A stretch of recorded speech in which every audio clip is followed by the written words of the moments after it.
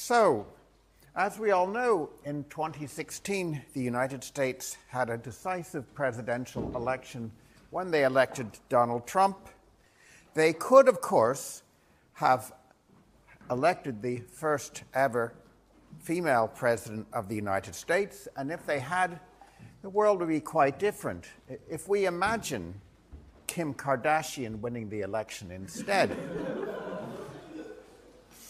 and all the levers of government in the United States being taken over by the Kardashians, it would be a different country, indeed a different world, where they probably wouldn't have free health care, but they would at least have free plastic surgery. And yet, in this very different world, some things would remain the same. So, 2 plus 2 would still equal 4. People would argue about it, but it would actually be true. All tautologies would continue to be valid, and so on. So somehow we see that if you imagine different worlds, there are certain things which are somehow dependent and can vary from one world to the next, and other things that are always going to be true. And somehow that connects us with the subject of modal logic. So far, everything we've seen a lot of formal calculi, and they've all had the same semantic idea that you've got one world. There's even a slogan. There are plenty of people who go around saying there's one world, there's one world. Well, not if we're interested in modal logic. So the whole idea of modal logic is imagining there are different worlds, connections between them, so somehow you can go from one world to the next. So let me go through these components on my slide. This is already kind of setting up the kind of semantic framework for modal logic. First, your set of worlds, and then the idea of accessibility. So you're in this world, but somehow there's a way of getting to that world, and to that world, and maybe there's a world over here which maybe is not so easy to get to, and so on. You can even do quantifiers with the modal setup, but it gets complicated, so we're only going to be doing propositional modal logic today. Anyway, if you have this combination of a world and accessibility relation, it's a modal frame, or this guy Saul Kripke was the guy who set this up, so sometimes they're named after him. And we now have 2 new logical signs, this necessary and possibly. I think I told you way back in the second lecture that we would eventually see some logical signs for which there are no truth tables, and here we are. The reason there are no truth tables for these is because the whole idea of a truth table is you're looking at your one world and your true, false thing, whereas these things are defined in terms of multiple worlds. So, for box A to be true in a particular world, it means that every world you can reach from here, A is true. And dually, diamond A, so diamond A is true in this world. If there is some world, one is enough, that is accessible in which A is true. I hope this kind of works in English, and I hope it's kind of obvious to you. If a thing is not possible, if A is not possible, then not A is necessary. So it's kind of plausible in English, and it actually works out. So if you take these kind of more formal definitions I gave you there, it actually does work. Okay. So I have a picture. I made all these when I had to record lectures last year, so I might as well use them. These are different pictures of possible worlds here. So the one on the bottom, we have infinitely many worlds. And here, there is a temporal, that is a time-oriented interpretation which you can give to this. So modal logic is more general than temporal logic, and so we are not only talking about the passage of time, but for computer scientists, this is very much, we're interested in machines, we're interested in processes. And so if you imagine, let's say, a piece of hardware and a clock ticking, and you've got separate properties P and Q, and first P is true and then Q is true and so on like that. That's a very common computer science sort of application. Here is a more complicated thing. Again, you might think of this in computer science terms as maybe it's some kind of finite state machine, if you want to think of it that way. But in general, each of these is a separate mathematical model, and we have superimposed on them these arrows that refer to accessibility, so that in this world, that world is accessible. And what is all the stuff I've written on this? I guess the idea is P is true in this world, P and Q are true there. And so why have I wrote diamond Q. Okay, Q is possibly true here because I can reach a world where Q is true. And I've written box R, so necessarily R. That means every world I can reach from here, so that one and that one, R is true in both of those, therefore necessarily R is true here. And in this one I have a world which is accessible from itself, and here diamond R is true because in fact R is true in its own place. P, you can check here that everything I can reach from this world P holds. That's why box tree P holds. I'm sure many questions might pop into your head, of which the first one might be, surely every world is accessible from itself already? And the answer to that is, depends. So we can set up our definitions in all kinds of ways. So this gives us another thing. You may remember in the second lecture I went on a long non-examinable tangent about different meanings of A implies B, and we can do this with modal logic as well. So remember we talked about, is this really all that A implies B is about? Turns out with modal logic, and we talked about the function space business, but with modal logic, we have another interpretation of A implies B, namely, we can,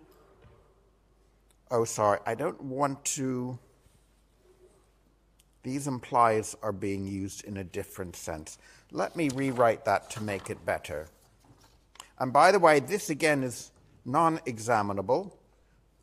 So we can view implies as kind of meaning necessarily, instead of reusing the implies symbol, which is totally confusing, not A or B. So instead of A implies B being kind of literally not A or B, it is necessarily not A or B, meaning that in every world I can reach, this combination of things is true. You might wonder how this meaning of implication relates to the earlier one, a function space, and it turns out, under suitable assumptions, they're exactly the same. And that's nice. So this is, in fact, the intuitionistic meaning of implies we can get in modal logic just as we can get it using intuitionistic calculus. Now, there's a kind of idea in mathematics that when you arrive at exactly the same thing in two crazily different ways, then there's something important there. Okay.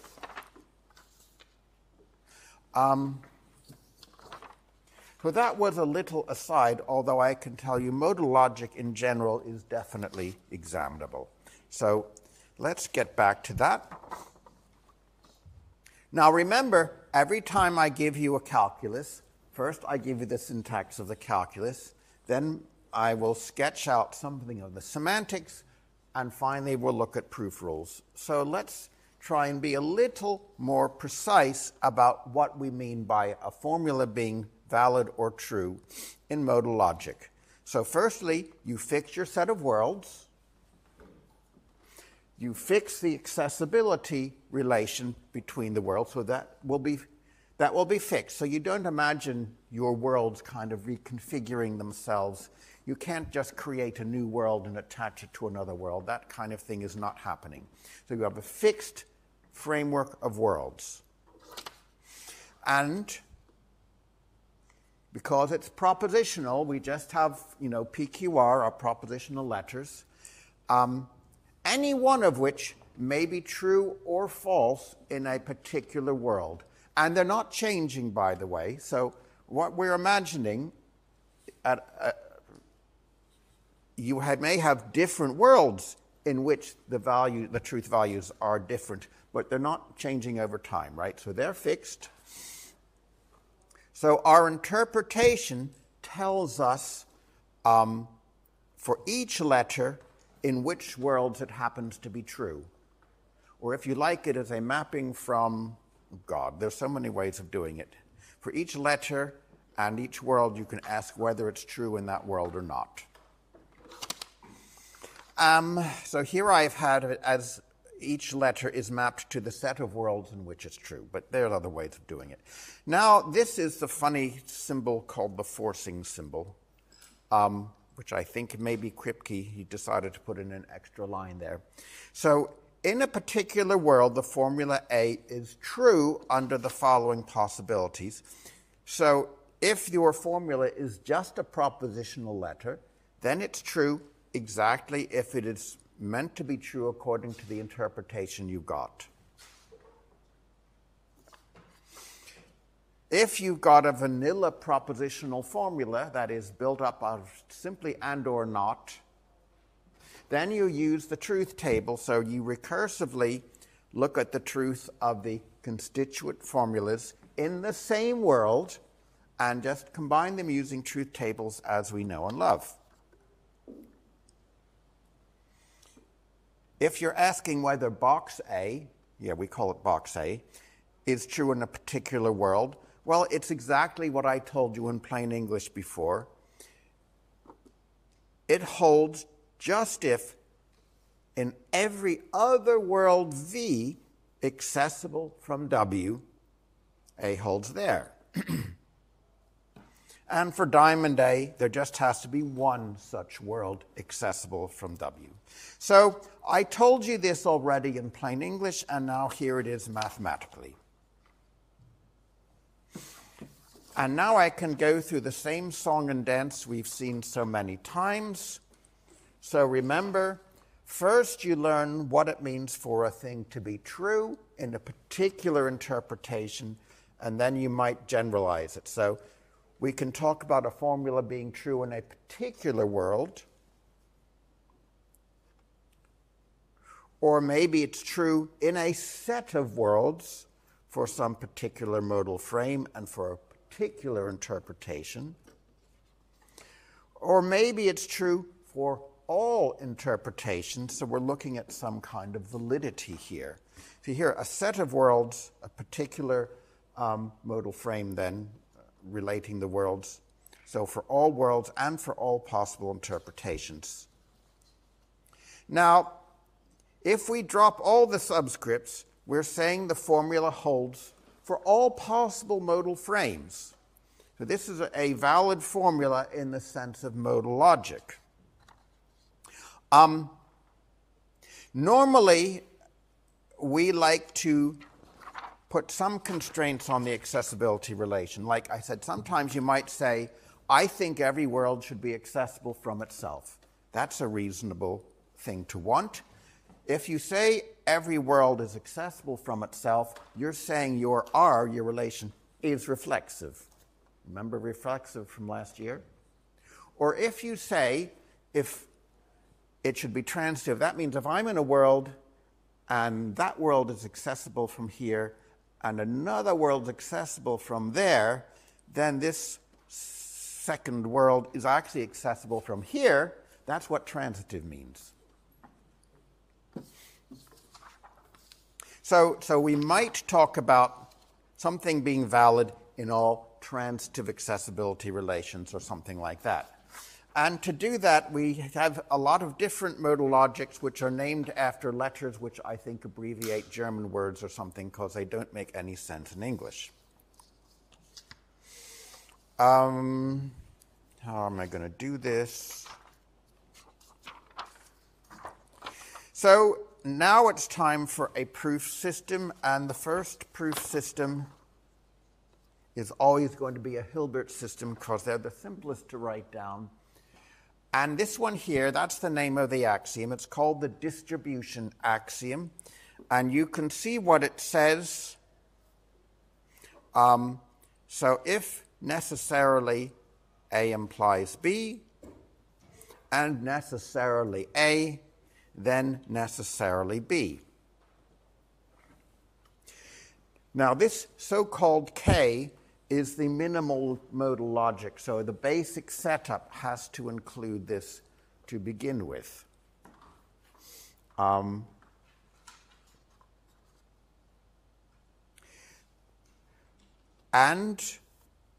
you might ask why. Actually, this is kind of intuitive. So let's suppose I'm in my world here, and in every world I can reach, if A is true in that world, then B is true in that world. Now suppose I'm in my world here, and I look around, and in every world I can reach, A is true. Well, in every one of those worlds, A is true, and A implies B in that world, therefore B is true in that world, therefore necessarily B. So that's how that works. Here we have a thing that says, if I can prove a formula A out of nothing, then A must hold in all accessible worlds. Why do we have that? Well, it's exactly like in the Kim Kardashian United States, we still have 2 add 2 equals 4. It is certain things, you can prove them, they depend on nothing, and so they're true in all worlds. So that, if you like, is the intuition for this. So I've made no assumptions here, and somehow I arrived at this formula A. I was able to prove it, therefore it will be true in all worlds. As for diamond, we just expand it out as a definition. So that is this minimal modal logic called K. Now we need this. I apologize for this one.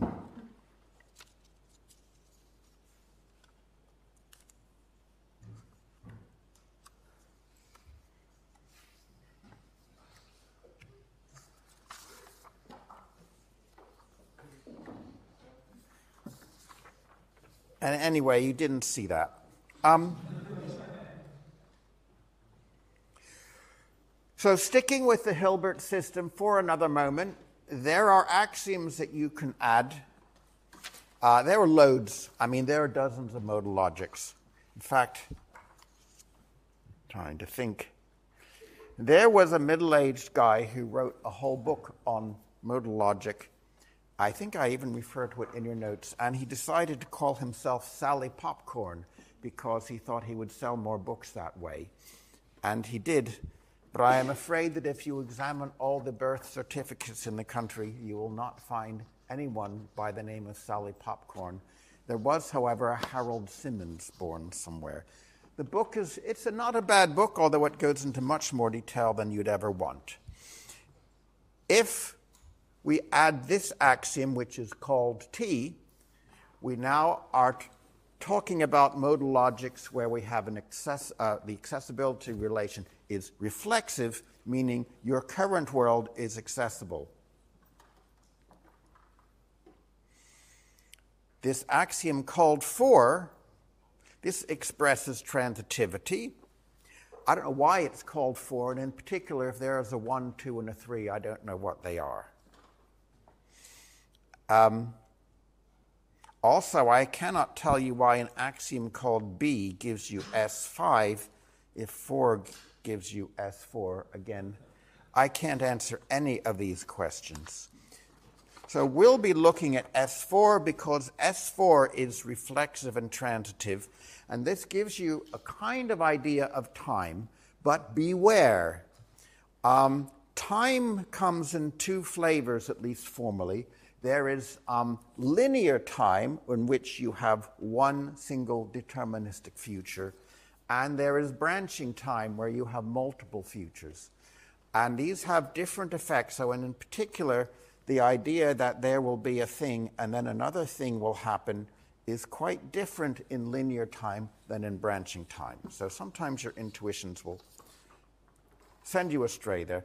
Now, these axioms, they're kind of a bit brain-bending, and even though I've been lecturing this course for far too long, I still struggle. So one can show, God, what is it?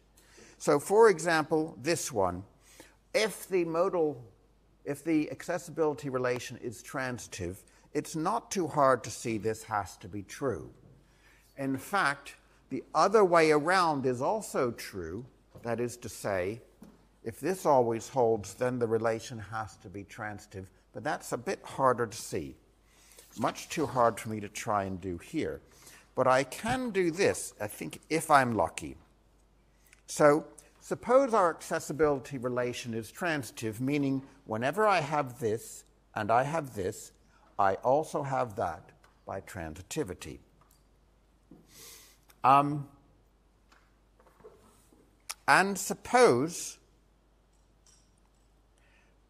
I am here, and in all accessible worlds, A is true. Then it must be the case that in every world I can reach in one step, A must be true from there as well. The reason being, if A is true, if it's reachable here, if that one is reachable from here and that one is reachable from here, then it's already reachable in one step. So if box A is true here, then A is going to be true there, and I think I've got in a tangle again.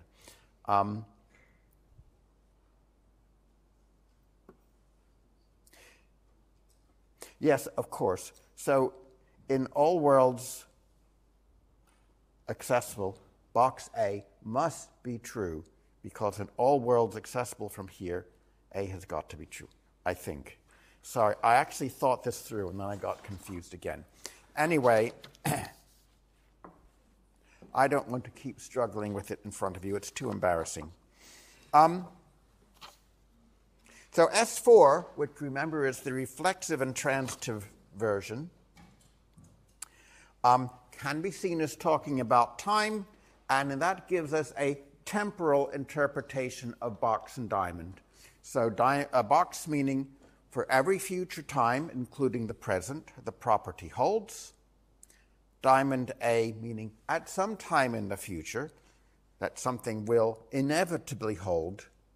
Now here is where your branching time causes a problem, because if you have linear time, then it will definitely hold. So you will definitely win a Nobel Prize, become a billionaire, and, I don't know, be prima ballerina of the Bolshoi all at the same time.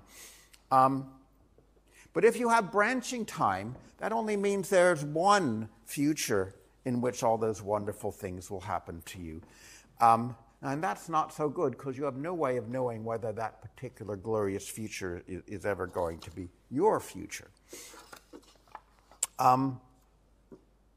So box diamond A, infinitely often. Where do I get that? It means indefinitely into the future, it will be the case that eventually A will be true. So that does imply infinitely often. If you swap them around, this refers to a kind of latch situation. It is eventually the case that A will be true continuously afterwards. Now these look kind of cool. In fact, we can express things like, so this, it will be forever into the future. P and Q will never both be true at the same time, right? Mutual exclusion. This one here, forever into the future. If P is true, then at some future time, Q will become true. All those are quite cool. Turns out people who really want temporal logic want a lot more. And so they invent new temporal operators, kind of a while, things like while this is true, something else will happen, and then that will happen next, and so on. However, you can express a lot of things. And by the way, now this is well beyond this course, but there are things called model checkers that are able to decide formulas of temporal logic. And the way they do it, in fact, they do it by building BDDs. They didn't always do it that way, but they do it that way now, and they can handle like millions of potential states. It has to be a finite system, but potentially with millions of states. You can describe something that looks like a concurrent system in your computer, an operating system thing with processes that go from there to there and there to there and there to there, and you want various temporal properties to be proved, mutual exclusion and eventual delivery of service and all of that. Press a button on your model checker, and your thing, which has been entirely specified using these logical formulas, it can search and see if there is a counterexample to your claim, and if so, it can actually exhibit a possible execution that falsifies your claim. So model checking is quite a cool thing. I don't know if we cover it even in part 3, which is unfortunate, but I don't think we have anyone who knows about it.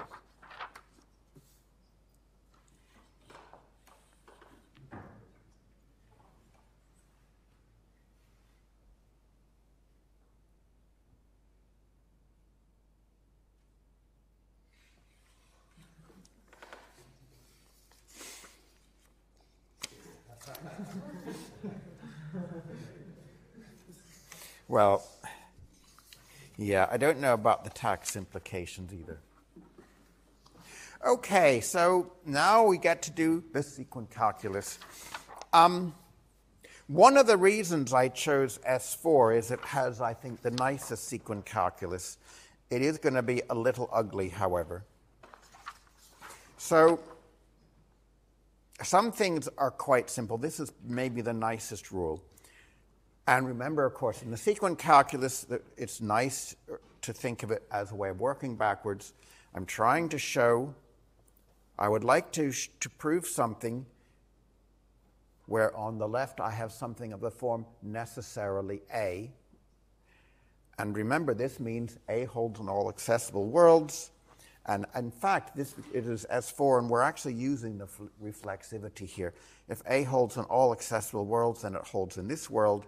And that is why you can see that we can remove the box and simply use A, so that if we can prove, or using the rule in the forward sense, if we can prove the thing under the assumption of A, then we can also prove it under the assumption necessarily A.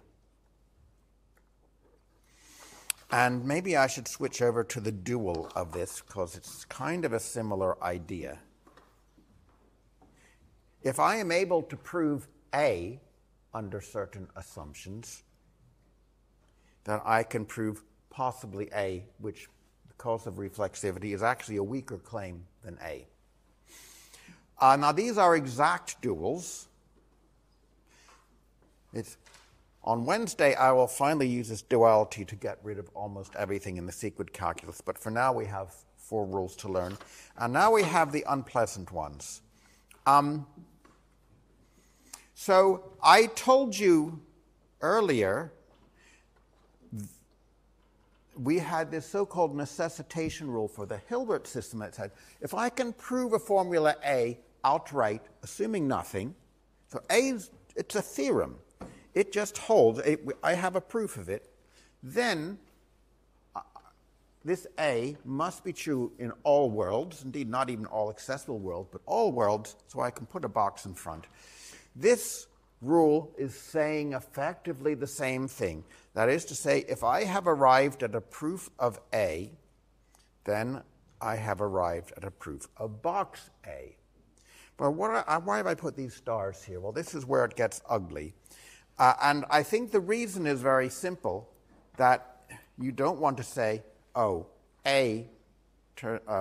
arrow A is a basic sequent, therefore A, right arrow, box A, because that doesn't make any sense. This is very, very similar to the conditions we have on the for all on the right rule that I'm sure you remember vividly. So these star thingies are what we need to do here. What do they mean? So gamma star, it means I'm only allowed formulas that begin with a box. And this delta star means I am only allowed formulas beginning with a delta, with a diamond. And I've just realized this is kind of bad because gamma and delta are simply variables. Anyway, this is for that particular gamma, gamma star means that, and for that particular delta, delta star means that. Now what, you're kind of saying, what the hell is he playing at? One way of thinking about this, I think, is this is temporal logic, and we've got a time machine. Actually, the time machine version works better with the dual one, but I will get to the time machine later. What this is saying is, if I am able to prove the formula A, and the only formulas here on the left begin with a box, and the only formulas there on the right begin with a diamond, and remember a diamond on the right is equivalent to a box on the left, because remember you go from right to left by putting a negation in front. So these are things that will always be true into the future. That doesn't quite make sense. It makes much more sense this way round, and I think I would like to do it this way. So this is a very similar thing. It's saying, if I know eventually A, or possibly A, then I can prove a theorem using simply A. So here the time machine argument is more natural, although this rule is the exact dual of the other one. So I know that A will be true in the future. So I climb into my time machine, and I climb out it. So I say, press take me to the future where I'm a billionaire. So it comes, I come out, I'm a billionaire, that's cool. But it's in the future. What is still going to be true in the future? The only things that will be true in the future are the things here that had a box in front, because they're true forever. So they will still be true.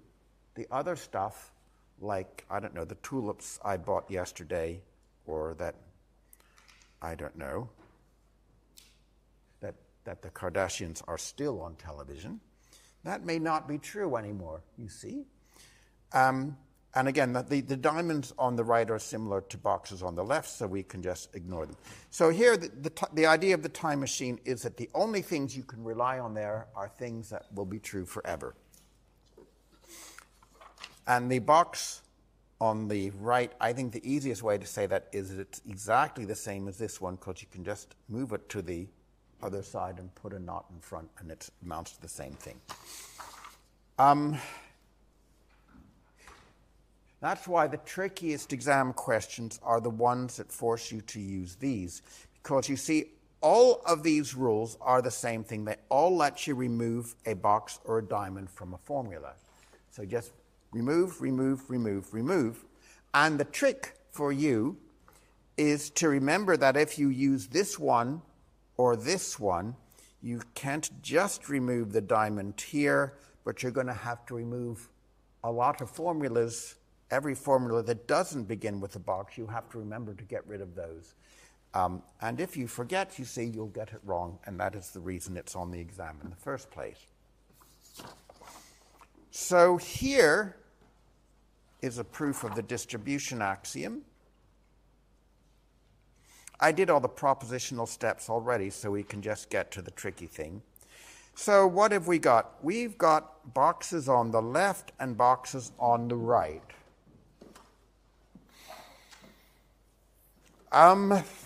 How do you know which one to do first? Because if you do it wrong, you're throwing away your chance of a proof. It turns out you should always do a box on the right first. Why is that? Well, you may remember it is the box on the right rule that is going to take away, that asks you to throw away a bunch of formulas. At the moment, all the formulas on the left begin with a box. And if I apply box on the right, it will take away that box, which is what I want to do, and it won't delete anything else. And that's because these things both have boxes in front. Now it's trivial because the boxes on the left I can take off without any fancy conditions. Then I just take them off one at a time, and then the rest is propositional. So that's easy, and we have proved this distribution axiom.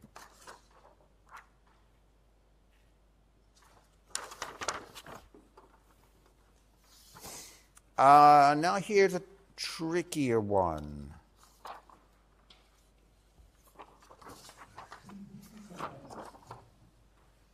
What's funny?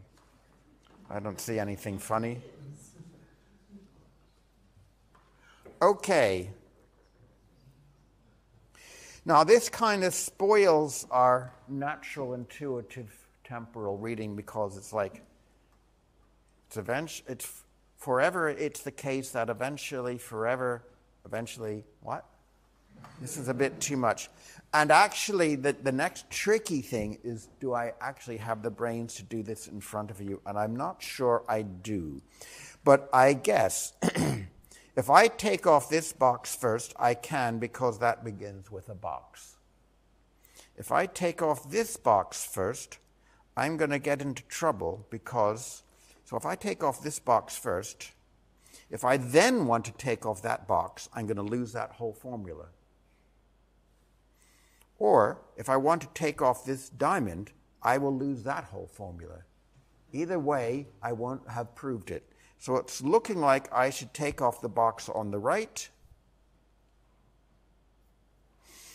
Now, is this going to be trivial or not? I think, remember, so the formulas that last forever are the boxes on the left and the diamonds on the right. I've got a diamond on the right, so this is a formula that's going to be true forever into the future. So at this point, remember the other rules simply take off symbols from here, and because this is a formula that's true forever into the future, I don't have to worry about this formula at all. So I can take off the box on the left, which is never a problem anyway. Now I can take off the diamond on the left, and the condition on the right side is satisfied, so we'll keep that diamond. Then we take off this. Now it's a basic sequent, and we're done. What have I proved? Well, I've proved that this awful string of modal operators implies that one. In fact, it goes around the other way as well, so you can prove the opposite implication. And that means, it's a nice thing to know, it tells us that whenever you have box, diamond, you can collapse it down to simply box, diamond, which is much less brain bending. It also turns out that box A is equivalent to box A, and that's not hard to prove. And all that means that we have, these are so-called operator strings. I think I see 6 of them there, and there is a 7th, which is the empty string. So there are basically 7 distinct modalities for S4. Some of them are not so easy. Like, what the hell is this one? Eventually, it says, something will become true infinitely often, I think is what that one says. And this one, what does this one say? It's always the case that eventually it will always be true. I think that makes sense. In branching time, you see, there are all possible futures. You will eventually reach a point in which this thing will be latched to true. That's why it's hard. That's why we teach it, right? Okay. Now, just to try and show you how this thing works, because things that you can't do so that you understand how this system works. So one would not expect to prove the thing on the bottom here. This says if A is true right now, then A will be true infinitely often. Clearly that doesn't make any sense. And the way we go about proving this is simply the only thing you can do is box on the right. And if you like, box on the right is saying, let's go into the future and see if we can prove the rest of it. But when you try and prove the rest of it, you find that the A on the left no longer holds. And so it's impossible to continue that proof. And by the way, with modal logic, and this is the first situation compared with propositional or even quantifier logic, where you can start with a thing that's provable, then apply your sequent rules in the wrong order and find that you're stuck, simply because you goofed. Now, this one is a theorem, and you see the difference is I've got box A instead of simply A. This says A is true forever. So this formula on the left, the one on the left says A is true now and forevermore. The one on the right says A is true infinitely often, which so intuitively this sequent holds. And when we try to prove it, it's quite easy. We can take off this box because the formula on the left begins with a box. So we can take it off, then we take off the diamond, and that will be a basic sequent. So you need one more step. I see I was a bit naughty and didn't do the last step, which is to say A arrow, A basic sequence. Here is another one, and this is our kind of future thing. So like, I don't know. So one of this is like, one day you will be, I don't know, the Archbishop of Canterbury. And one day you will be a ballerina. Then the question is there a time when you will be a ballerina and the Archbishop of Canterbury at the same time? And it doesn't follow, does it? See, most people, by the time they become the Archbishop of Canterbury, they have completely given up ballet.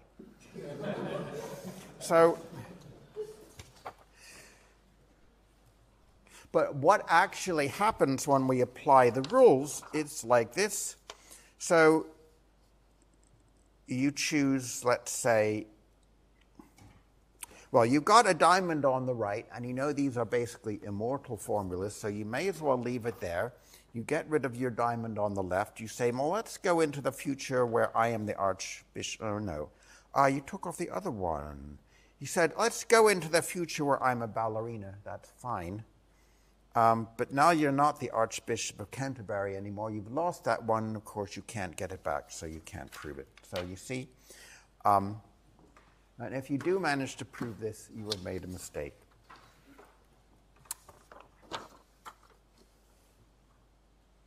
So I kind of said all these things already. That model checking is based on the efficient checking of large finite models of worlds. And typically, sadly, I mean, we have to be pragmatic in computer science. The most efficient algorithms are for temporal logics that aren't that natural. So there's a thing, it is called CTL star, I think, which is a kind of modal logic or temporal logic, which is very good for model checking, but I think it actually, the meanings of the formulas is not quite what people want, but you've got to live with it because it's so efficient.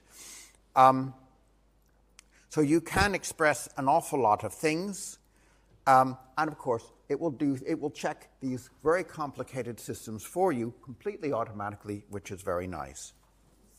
Just a brief mention of other issues that can arise here. I've already mentioned the branching time issue. There is also the question of discrete versus continuous time. So I know there's some people who get very religious about, there is no such thing as quanta of time and that time should be continuous.